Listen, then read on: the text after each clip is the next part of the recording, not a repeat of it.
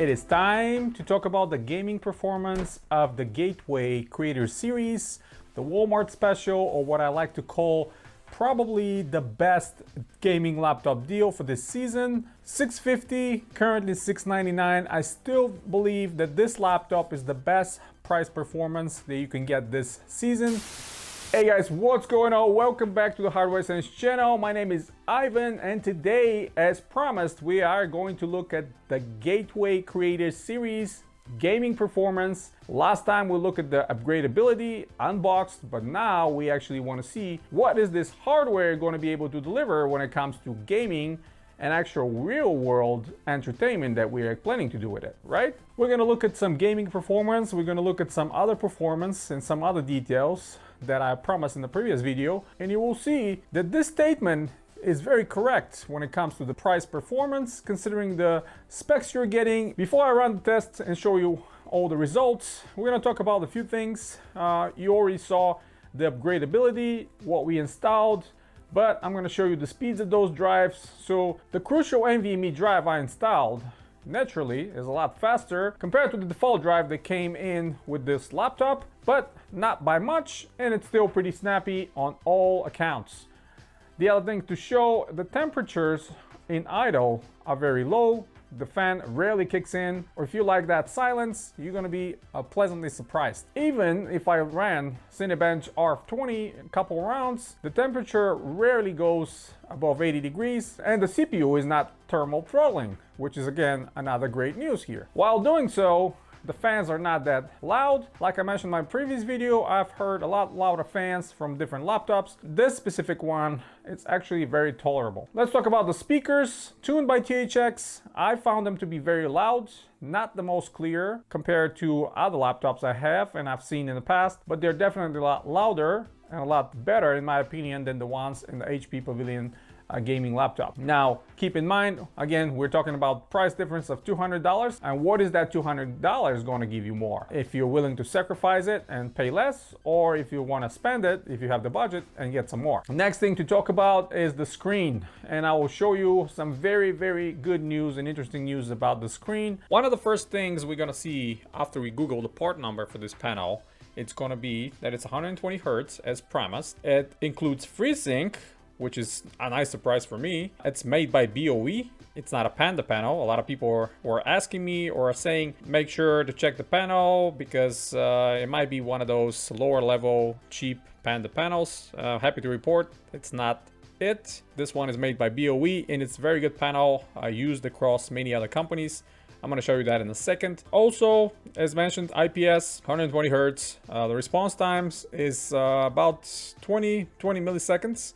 Which is not the best out there definitely, but at least it's not 60 Hertz, right? It's much better than that. When it comes to brightness, we have between 250 nits and 300 nits. And if we look again that part number and Google some more, we actually gonna see that multiple companies are using that panel, including Lenovo on their Legion 5.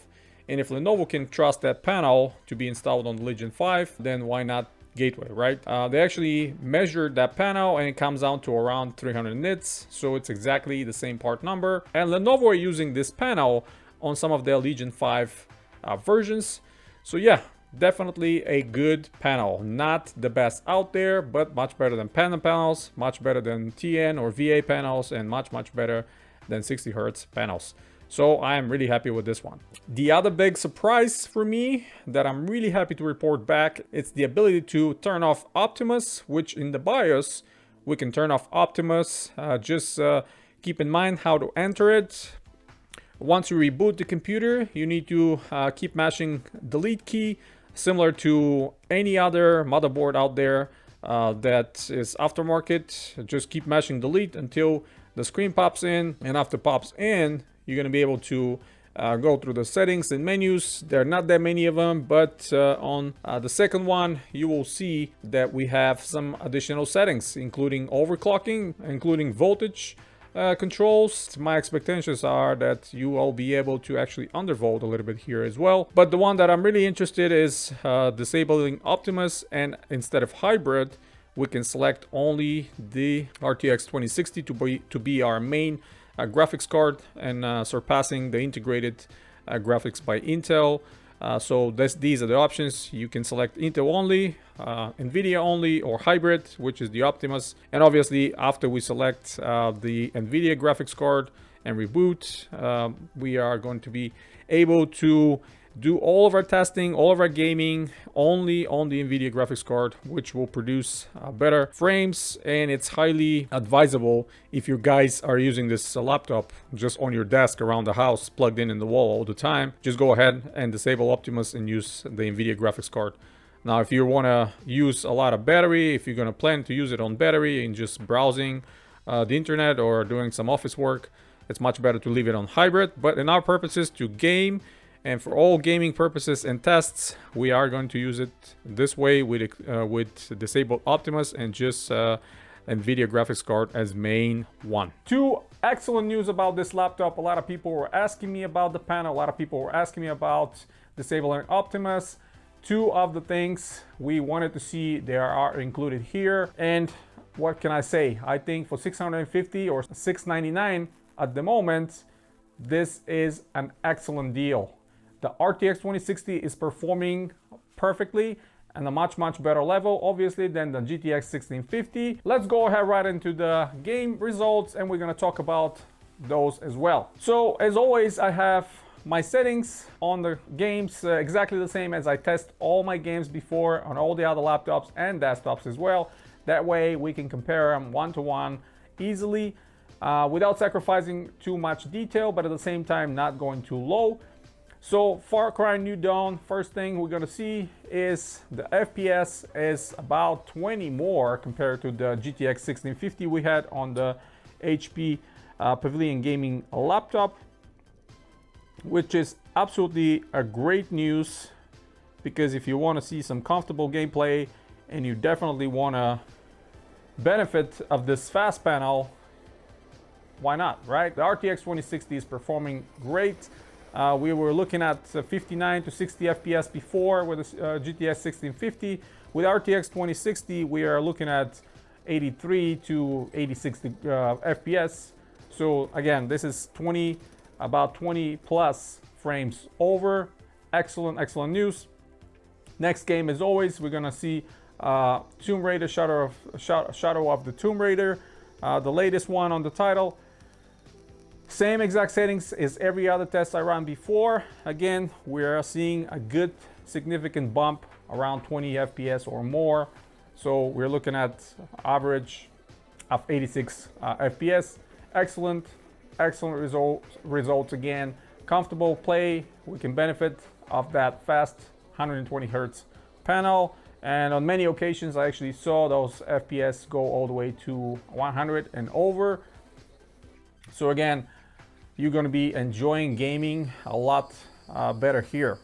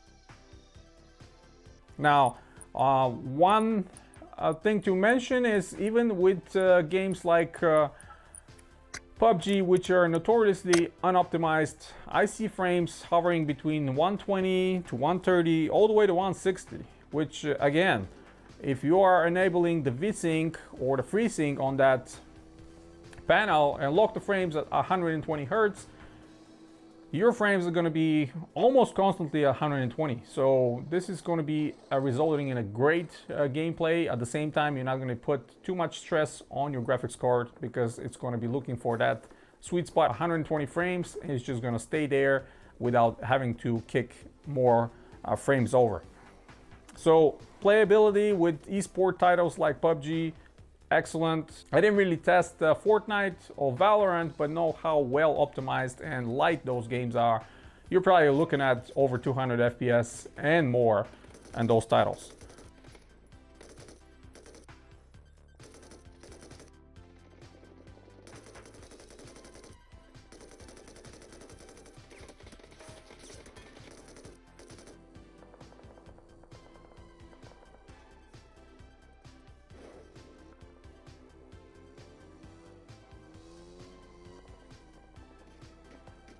Now, the last game I wanted to introduce in the testing and kind of see how it performs is Death Stranding.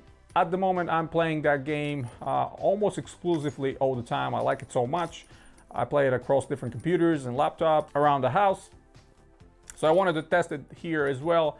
And I was pleasantly surprised that with very high settings, DLSS enabled obviously with quality, not performance, because I still want to see the game look great, but at the same time I want to see better frames as well. So with those settings, you will notice that we are hovering over 80 FPS, again between 80 and 100. Again, excellent news in gameplay. You will have a great time playing Death Stranding with maxed out pretty much everything, DLSS on that panel, and it's showing great results.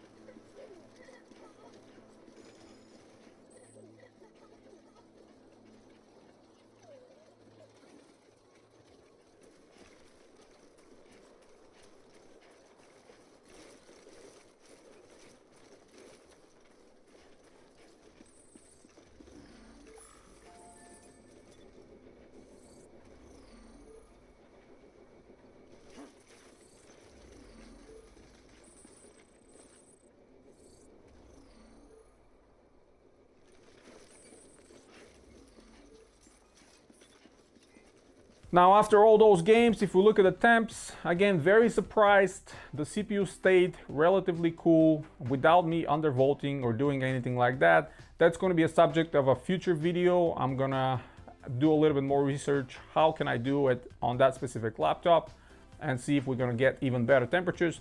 But even with the defaults, you will see the temperature stayed around 80, sometimes under, a little bit over, but nothing excessive.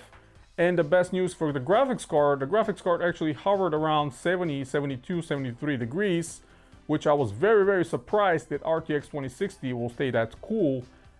This is the temperatures I'm getting with desktop versions of this card, let alone laptop. Being enclosed in that little chassis, you know, I was expecting temperatures to go over to 80 degrees or even more, but 70, a little over 70, that's a very, very pleasant surprise.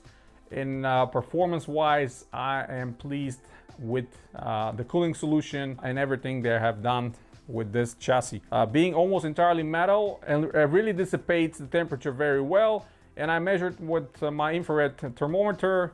Even the hottest spots on top of the keyboard are rarely going over 37 degrees, which is very good. And those temps are definitely away from main areas where you put your palms or the WASD keys. Kudos to Tongfeng creating this a very good chassis, and Gateway and a lot of companies are adopting it to create this beautiful gaming laptop. When it comes to ports, actually this laptop is probably the best among all of those that I have. It includes everything: card readers, multiple USBs, multiple display ports, HDMIs, USB-Cs, separate charging port. You can charge through the USB-C as well. Very slim profile, very well engineered cooling solution.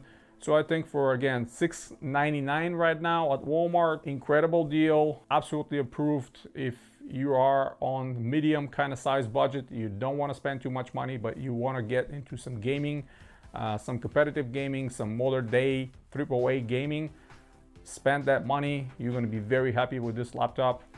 You saw the upgradability. Just add another 8 gigs of RAM, add a second storage where you can put all your games. You're gonna love it. All right, so conclusion time. Would I recommend it? Absolutely.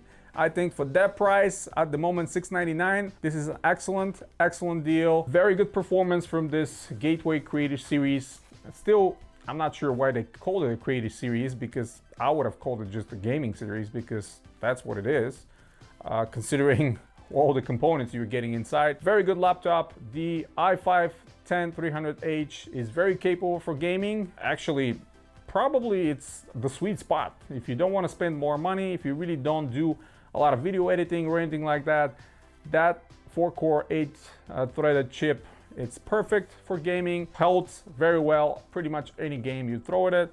Of course, RTX 2060. GPU-Z actually showed maximum wattage, about 94 watts on that GPU.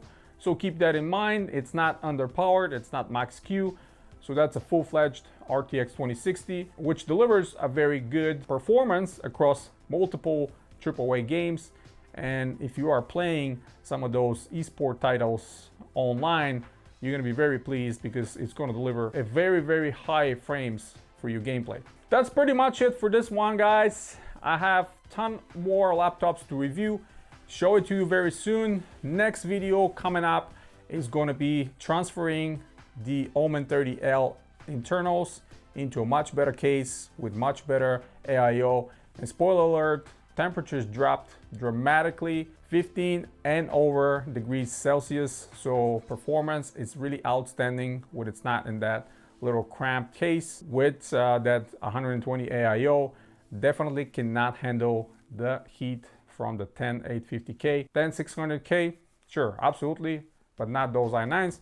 But anyway, that's a subject for another video. I got carried away again with too much information. Apologies. Hit the thumbs up if you like the video. Subscribe if you're new. Stay tuned to the channel. There will be a lot more videos coming very soon on laptops like this. All kinds of hardware. It's coming your way. And as always, guys, you have a wonderful day.